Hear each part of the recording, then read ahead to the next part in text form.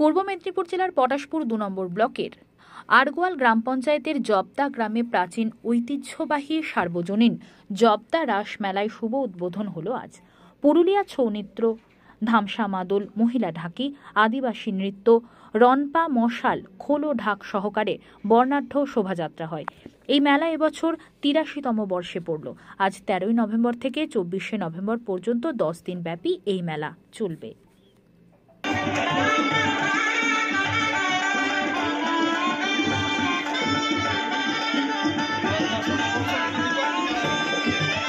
হচ্ছে চন্দনে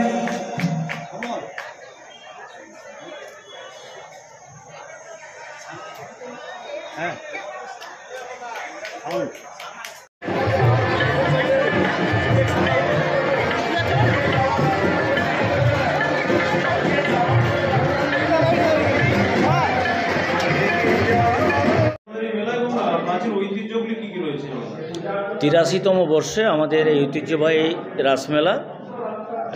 এবছর আমাদের যাত্রা মঞ্চ থেকে শুরু করে সাংস্কৃতিক মঞ্চ, আমাদের প্রত্যেক দিনের যে প্রসেশন, আমাদের মদনমোহনের সহ মহাপ্রভুগণ প্রত্যেক দিন এই মঞ্চে আসেন এবং যান। এই আসা যাওয়ার যে প্রসেশনটা রয়েছে, এটা আমাদের কাছে খুব জনপ্রিয় এবং আমাদেরকে প্রত্যেকে এই এলাকার মানুষকে অভিভূত করে। ৮৩তম বর্ষে আমাদের এই রাসমেলা পৌঁছলো। আমাদের প্রত্যেক দিনই যাত্রা মঞ্চে যাত্রা রয়েছে, সাংস্কৃতিক মঞ্চে আমাদের মনোজ্ঞ সাংস্কৃতিক অনুষ্ঠান রয়েছে, আমাদের প্রত্যেক দিন প্রসেশন রয়েছে। এই এলাকার যেটা সবচেয়ে জনপ্রিয় একেবারে মদনমোহনের যাত্রা, এই যাত্রাটা আমাদেরকে সবচেয়ে বেশি উদ্বুদ্ধ করে। তো তার সঙ্গে সঙ্গে বিভিন্নভাবে আমাদের আনুষঙ্গিক যে প্রোগ্রামগুলো রয়েছে, সেগুলো আমাদের প্রত্যেকবারের মতো এবারেও রয়েছে।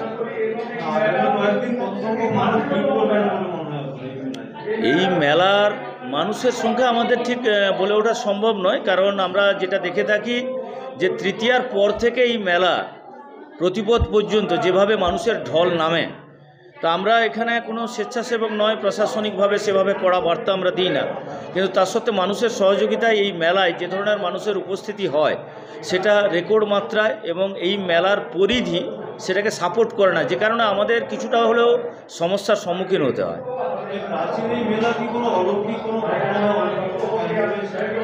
আমরা পূর্বপুরুষের কাছ থেকে সেই ধরনের কোনো তথ্য আমাদের কাছে আজও, যারা আমরা বর্তমান পরিচালনার দায়িত্বে এসেছি, আমাদের কাছে সেই তথ্য আসেনি। তবে ৮৩ বছর পূর্বে কীর্তন গান গাইতে গাইতে এই এলাকার কিছু কীর্তনপ্রেমী মানুষ, যারা এই রাসলীলাকে আস্বাদন করেছিলেন, এবং সেদিন কয়েকজন মানুষ এটাকে প্রতিষ্ঠিত করেছিলেন এই রাসমেলার। এটা আমাদের কাছে তথাকথিত কিছু তথ্য দিয়েছেন।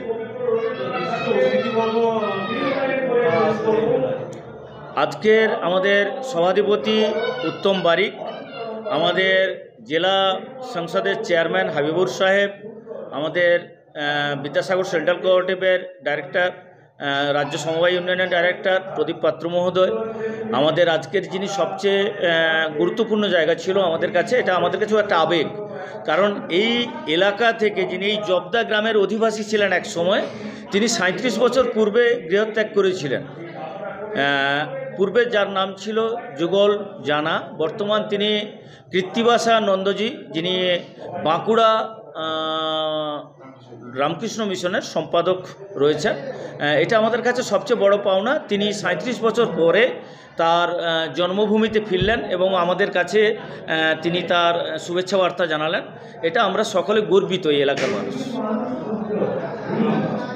আমার নাম অপরেশ সাঁতরা, সম্পাদক জবদা রাসমেলা উৎসব কমিটি ২০২৪।